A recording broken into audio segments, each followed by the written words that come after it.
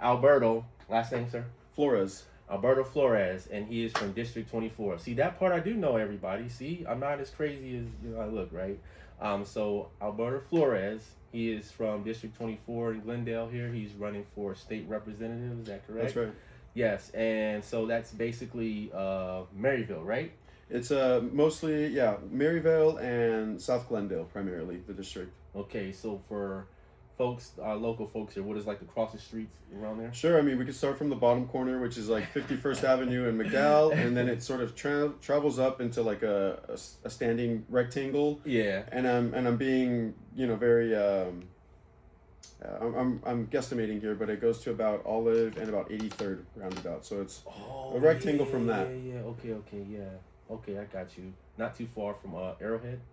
Exactly, that's Yeah, outside of the district. outside Yeah. the district. Okay, that's what's up, man. So, tell our audience your background, a little bit, and also what was your motivation? What event, or what was it something that got into you to say, hey, you know what?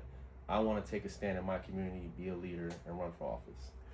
Sure. Well, thank you for having me. First off, I'm really excited to be here. Uh, I mean, I was born and raised here in Phoenix. I moved around a Mm. lot in the valley, so I got to see different parts of town. But one thing that I saw constantly all the time is I saw working families because my family, I had four siblings growing up, Mm. and I got to see how the struggles and the effort that my parents had to put in. My dad, worked 40 plus hours a week. My mom did everything she could to take care of all of us kids, always helping out my dad as well whenever she could. Mm-hmm. And I noticed that growing up that a lot of families were in the same boat. Everyone was, doing their part to make it out, to have their shot at prosperity. And I noticed that sometimes it was hard, and I felt that it was a result of the system and not because of our own efforts.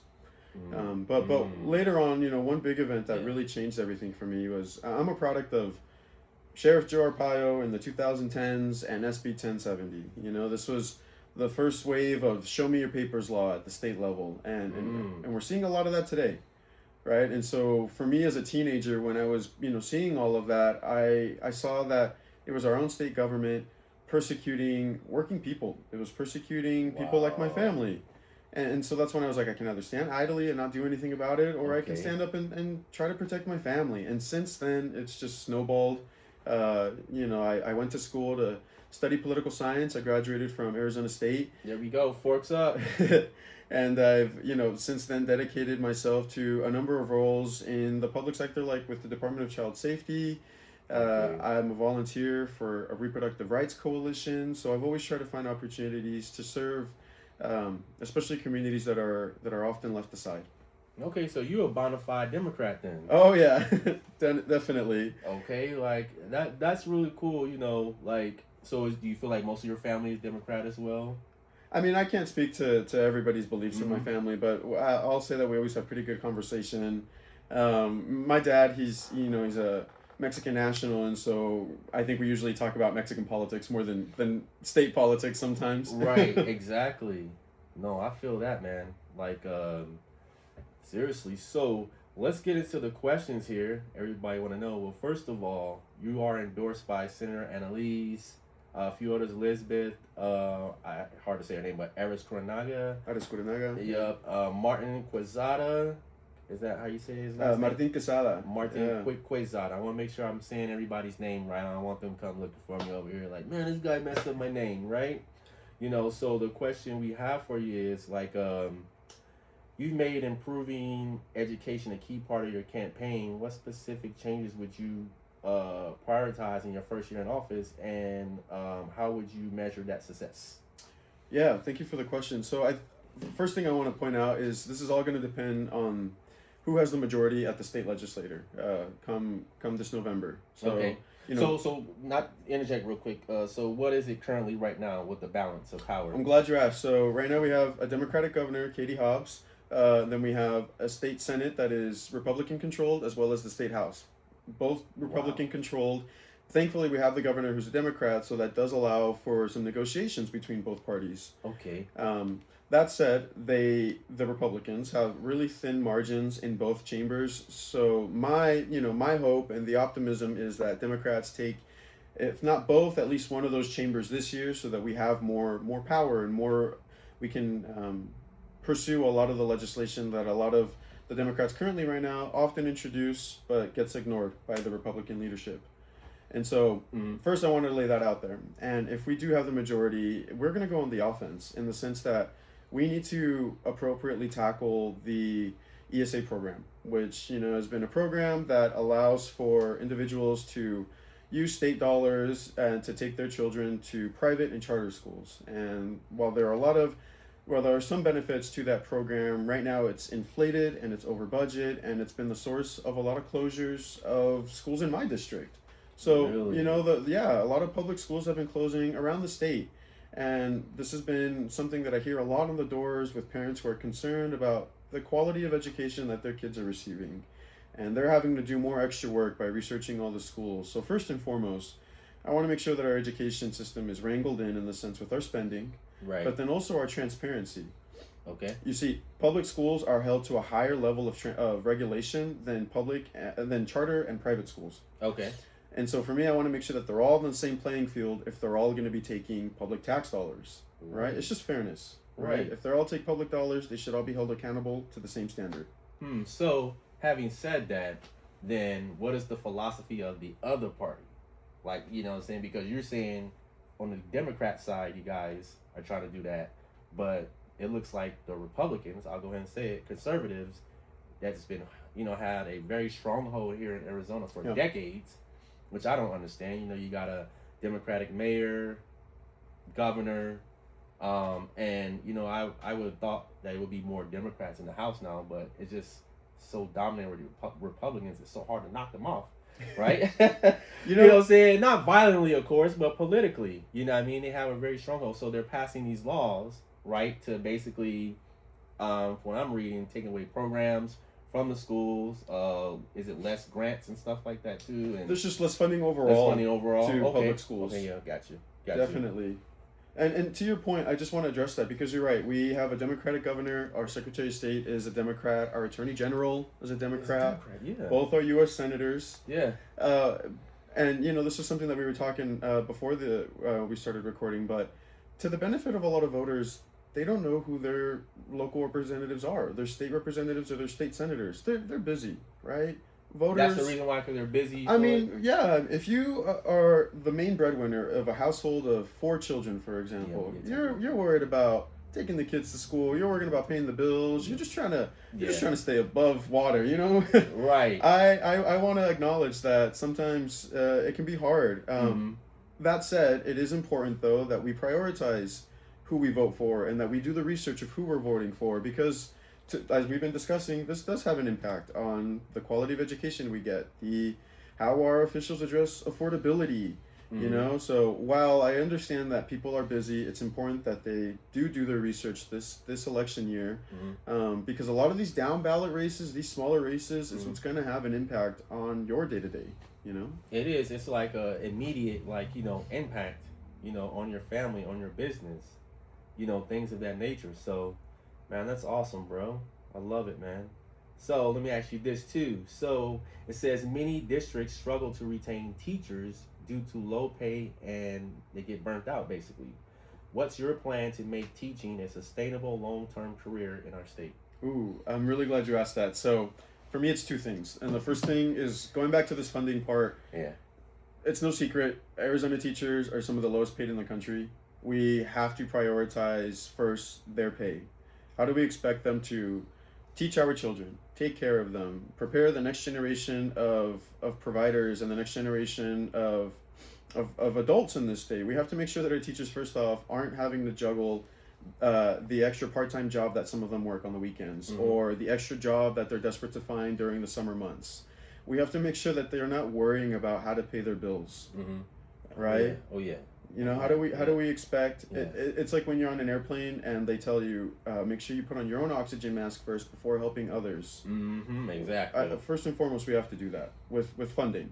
Okay. The second thing that I want to say is that there's been a trend at the state level to criminalize a lot of occupations like teachers and staff and administrative staff. Okay, hold on, wait a minute now. You just said the word criminalize. Yes. So how in God's name You know, I almost want to say what I don't know, fuck, but like how in the world are you gonna? How please connect that, please, like a little bit more. Like how are we criminal? How did we get to that? Like criminal. Yeah. What exactly does that mean? So it's, thank you for that. So a strategy that some Republicans and to benefit of the Democratic Party, some Democrats as well, they propose. There is a school of thought that believes if we increase criminal penalties for staff like teachers, so that we can oblige them to follow certain statute, that will result in safer schools.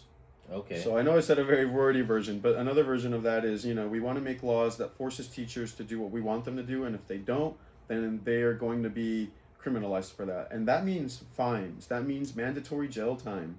And jail time. Exactly. In fact, there's actually a bill right now that my opponent is sponsored. It's HB 4109. Who's your opponent? Well, I want to know his name. What's his name? It's her name, actually. Her name. Okay. What's this young lady's name? So the incumbent, her name is Representative Lydia Hernandez. Okay, Lydia. And she recently introduced a bill that would criminalize the superintendent for not disclosing or not doing, not following a certain protocol in the event of an emergency.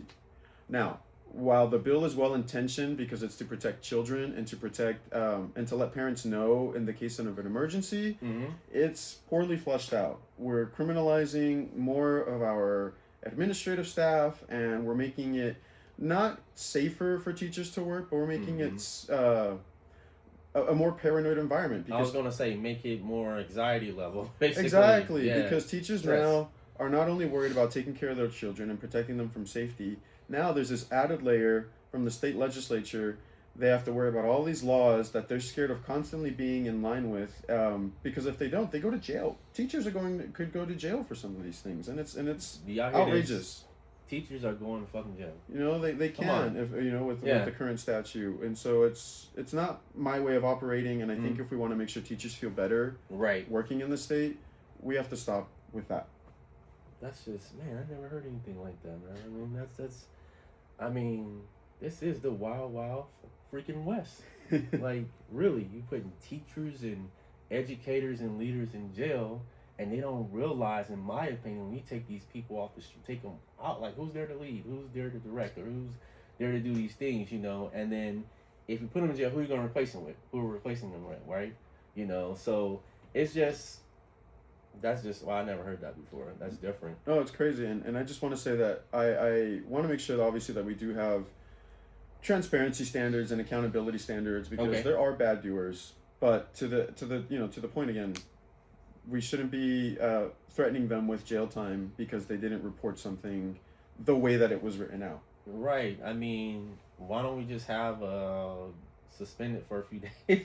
like something, I'm not saying you should, but I'm just saying that I feel like the jail part or the prosecution part, yes, correct word, right? That's just really high level in the first place. It's too much. Yeah. Too much. It's just too extreme, and I feel like we need to come back to the center and be more of a moderate, side of it, right?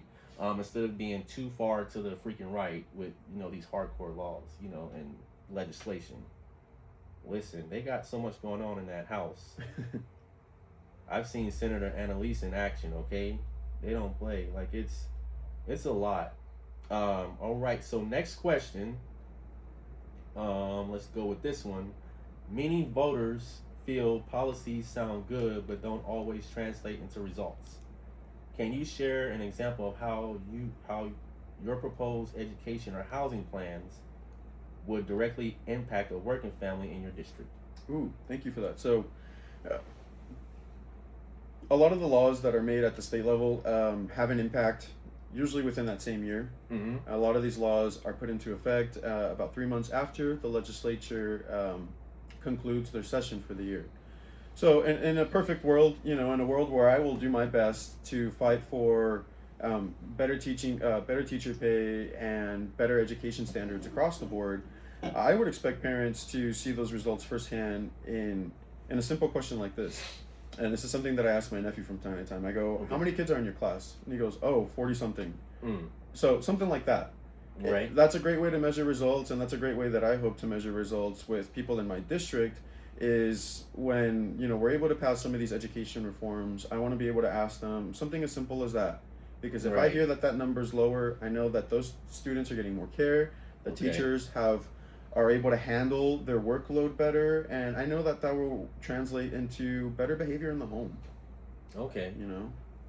Yeah, update me on currently. Is there like after school programs for a lot of these kids, or how is Sure. that? Yeah. I mean, What's going on with I that? can't say whether or not there's a statewide program, but Yeah. many school districts, do have wide variety of after school programs. Okay. Yeah. Got you. Is it still free lunch?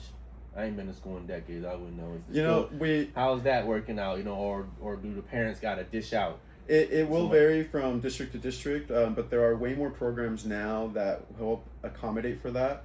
I Okay. mean, I was someone who was on free or reduced lunch for my time in elementary school, so Me too. that was definitely a priority for me, and I want to make sure that a lot of those programs are more readily available if they're not. in some Right. I areas. remember those sack lunches. Okay, with the little small milk cartons. You know what I'm saying? Okay. Like seriously, feed the kids, man. Yep. Like that's just annoying as hell that we're putting these boundaries in place. So appreciate you stepping up, my guy. All right, so let's ask this here then. So we're still on the education question. So expanding education funding and affordable housing often requires tough budget decisions. What trade-offs are you willing to make, and what would you refuse to cut? Ooh, thank you. So obviously, some of these changes or these proposals do take money. Obviously, if we want to increase teacher pay, that doesn't come out of thin air. Mm-hmm. Right. But I don't think that there necessarily needs to be a trade-off. We don't necessarily have to cut Okay. other programs to fund the programs that I hope to. And the way that I hope to increase the revenues to fund those programs is we have to make sure that Arizona's most wealthiest are being held accountable. And I'm talking about the ultra wealthy.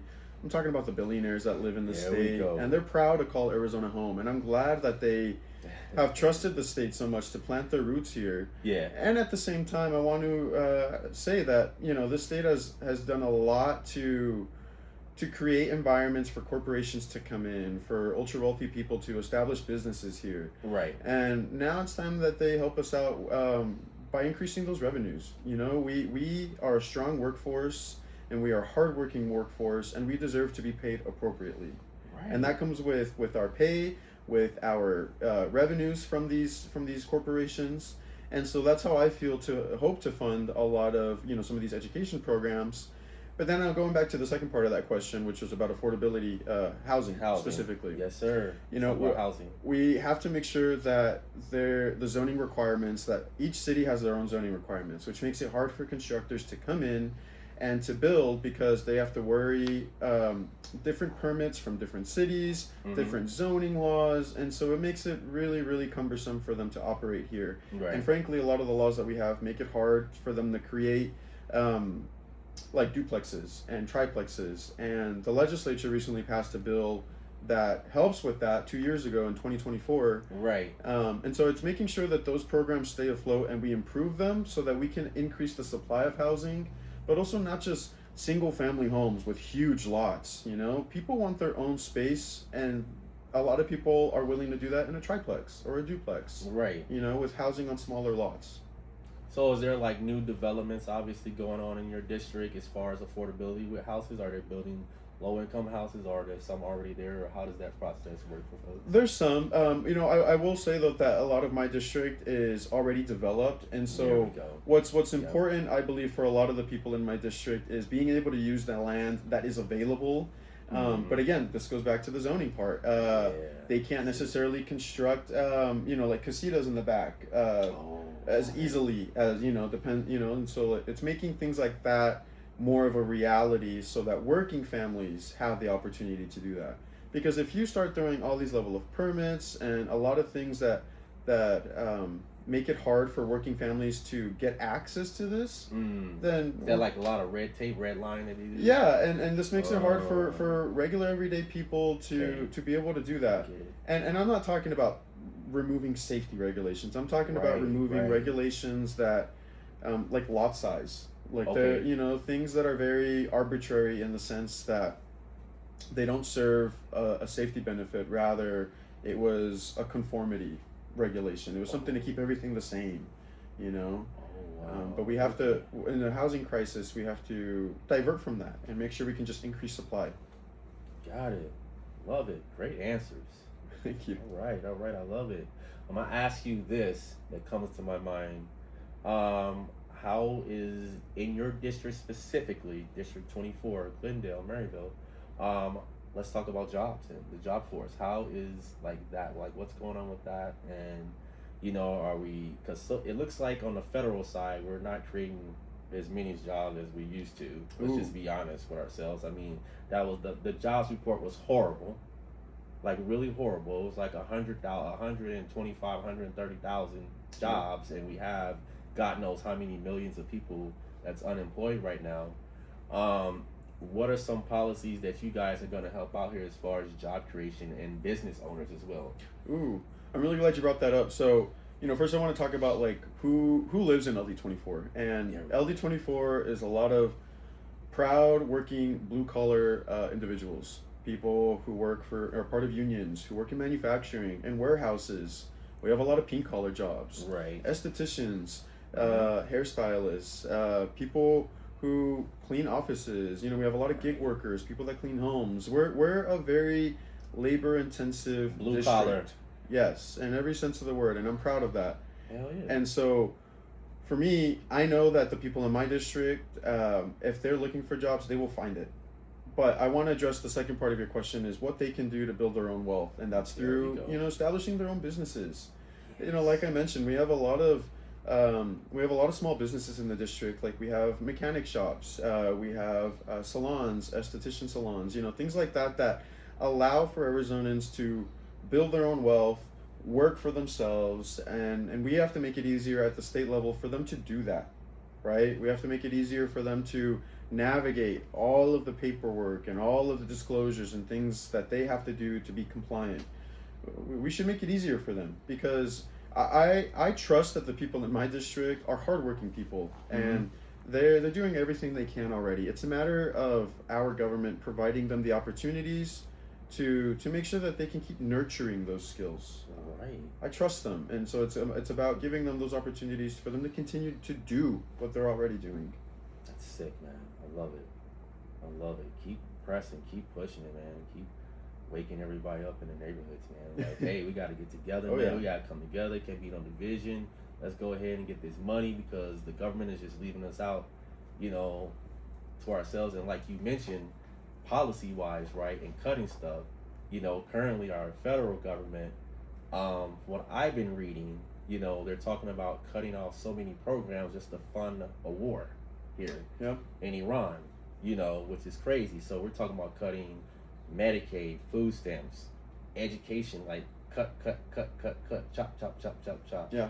Small government, So, but that's good that we can do it here in our own backyard. We don't have to, follow suit Exactly. or step in line with what they're doing. You know what I'm saying? We can come with all these really cool ideas together, right?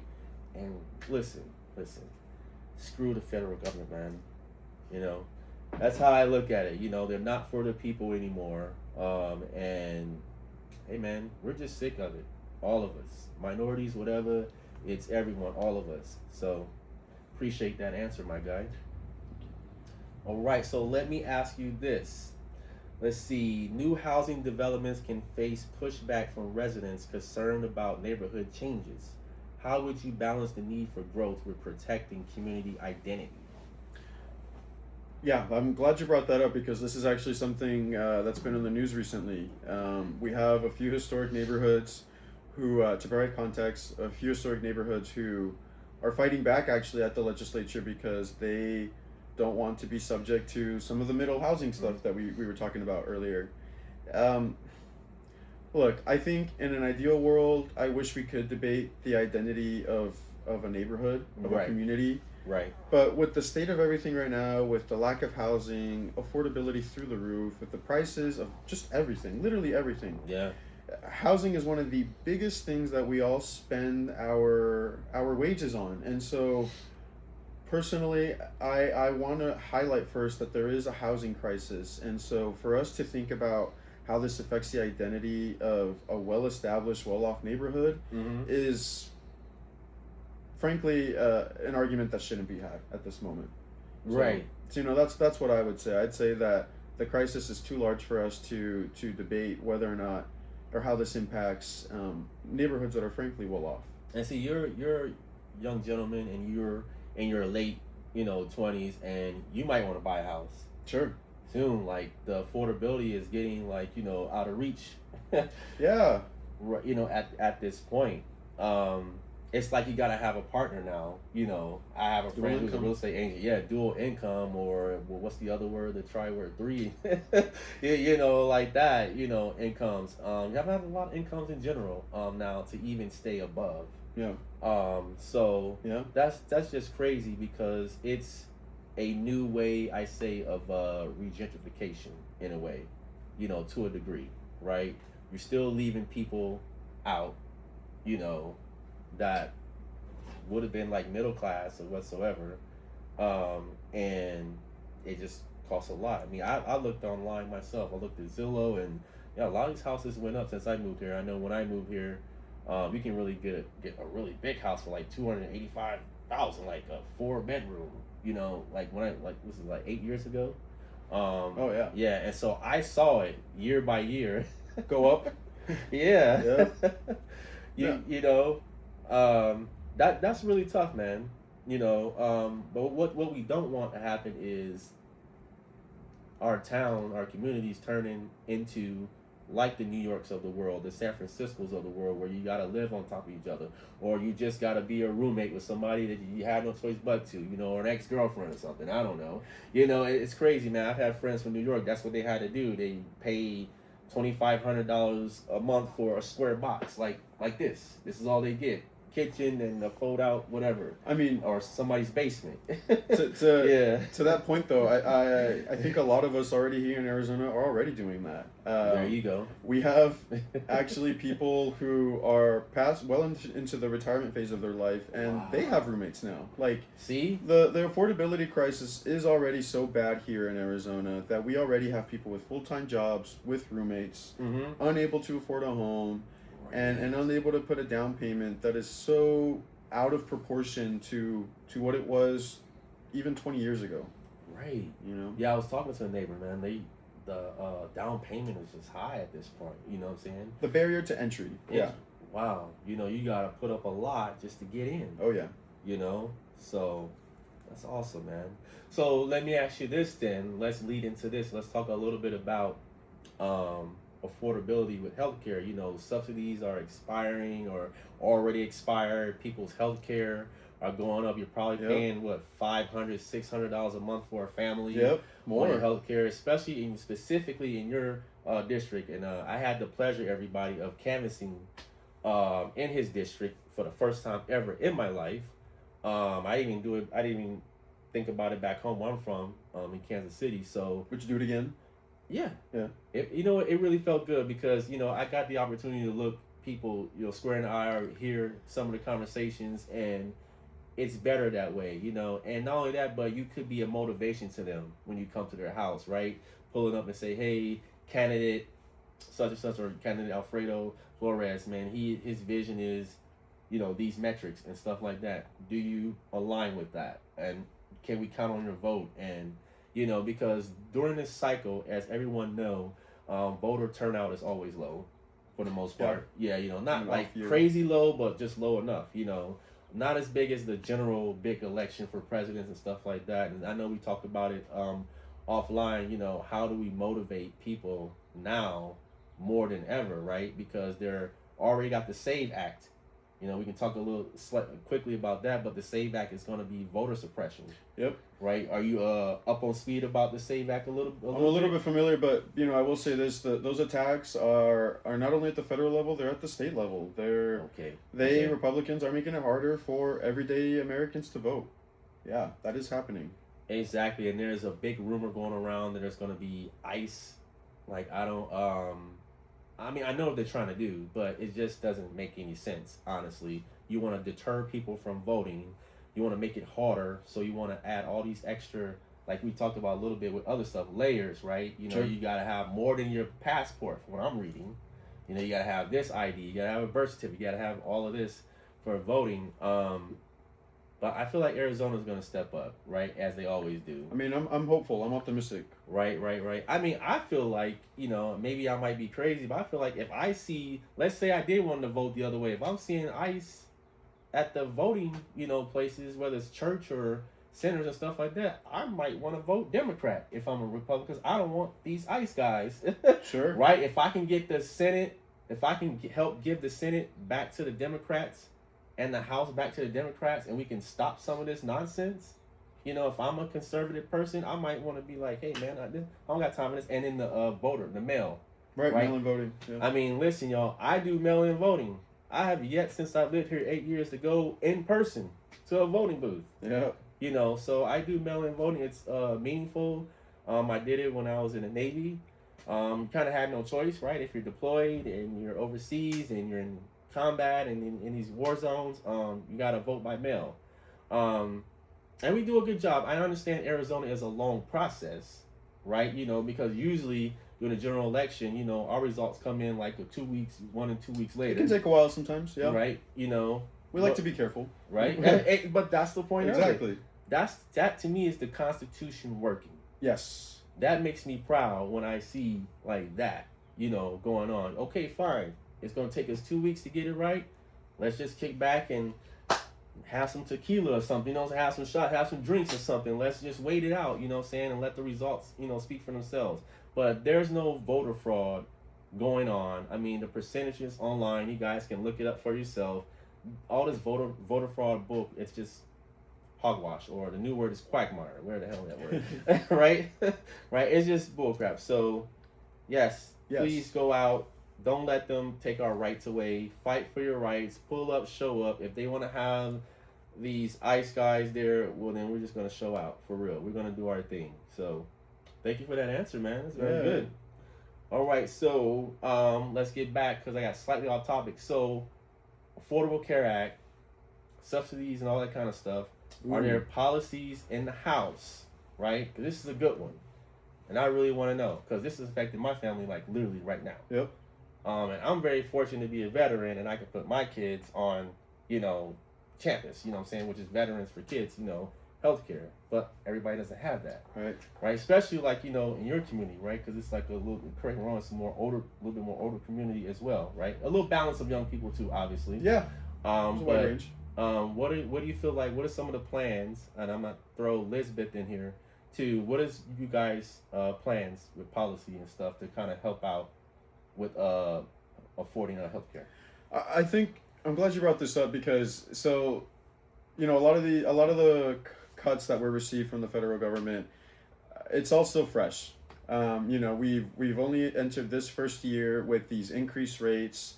And we're just starting to see what kind of an impact that is going to have on the state. For example, because we are receiving less, we're just going to have less insurance claims. People are going to have less policies, which means that when they go to the hospital, they are less likely to pay for that with their insurance, because they might not have some. So what does this mean? This means less revenues for the hospitals. Okay. And if we have less revenue for the hospitals, they start cutting staff.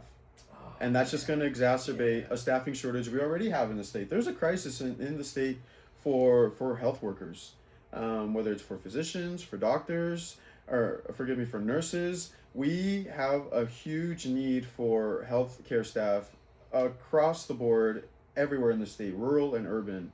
And so for me, with all of these cuts that we've received, I'm more anxious to see how that's going to impact the healthcare infrastructure we have in the state. Okay. The hospitals, people available, and also, for quite frankly, I'm scared, because I know a lot of people are hesitant when they need to go to the hospital, and if they don't have insurance, often people don't seek that care. And that's so sad, because that will result in even worse conditions for those individuals. That's going to factor into the mortality rate here, more socioeconomic issues with folks, right? You know what I'm saying? If you don't go to hospital, you might have some type of, who knows, cancer or anything, you know, you don't have the insurance, you know, you're gonna, yeah, man. it's gonna happen. Exactly. It's just sad that people are torn to make these decisions between paying their bills or There you having a go. policy. And at the end of the day, it's taking care of our bodies. And people shouldn't have to make those decisions, especially when they've been working hard, they've been doing everything that they've been told to do. They shouldn't be left in the dust, like frankly many in my district have been. Y'all hear that? They go figure it out though. There's gonna be some ways to cut corners with policy with that. I say, hey, this cycle, try our best to get all those damn Republicans. I mean, I feel like with balance of power, you should always have some sort of level of conservatism. Don't get me wrong, right? I don't think it should be all blue. I feel like, in my opinion, if you're going to be Democrat or Republican, at least in this state specifically, Arizona, you have to be a moderate at the end. You can't be so far to the left and so outrageously to the right, taking food out of people's mouth and money's out of their pocket. All right, we have one last question. This is a very good one. You're going to like this one. If elected, because you're going to get elected, all right? It's manifested already. So you got this, okay? You and Lisbeth Arescurenaga, y'all got it, okay? If elected, how should voters hold you accountable if progress on education or housing falls short of your promise? Ooh. I think the first thing that I want people to know is that I'm running because I believe that our representatives should be an accessible and a communicable person.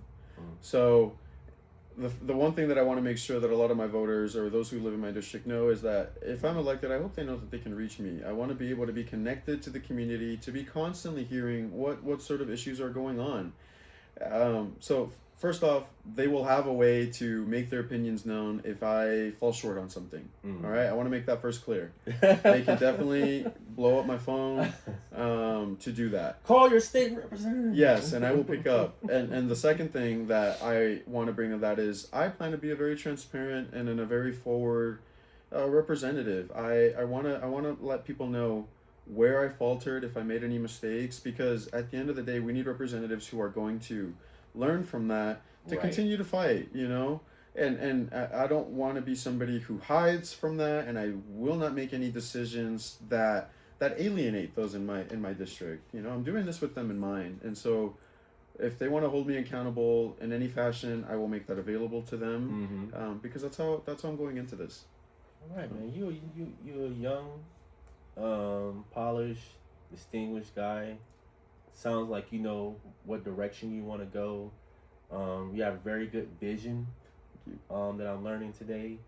And I would say for you, bro, just go at it 100%. Period. Don't half-ass it. Don't, I mean, it's okay to compromise as long as it goes in a good direction. You know what I mean? In my opinion, sometimes we have to compromise in life and compromise with policies and stuff like that. Just a little compromise just to get something done. But just stay focused in your vision and just keep at it, man. Definitely proud of you. You know what I'm saying? You fresh out of college and you're just coming out swinging, I feel like, So would you like to say anything do you speak Spanish, by the way? I'm not gonna assume. So you can say something to the community in Spanish. It's okay. This is a safe platform for that, actually. Then I'll say it in English first and then in Spanish, if that's okay. You got it. So I just want to remind everybody, if you are not registered to vote, please vote. The primary elections are July 21st this year.